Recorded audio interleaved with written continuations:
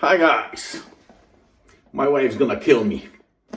I bought another KitchenAid for repair, so be sure to like, share, subscribe to follow how I'll be fixing this. So unfortunately it looks that the mixer suffered a fall because the base is bent a little bit, and as the seller described, does not work. But I think we'll manage.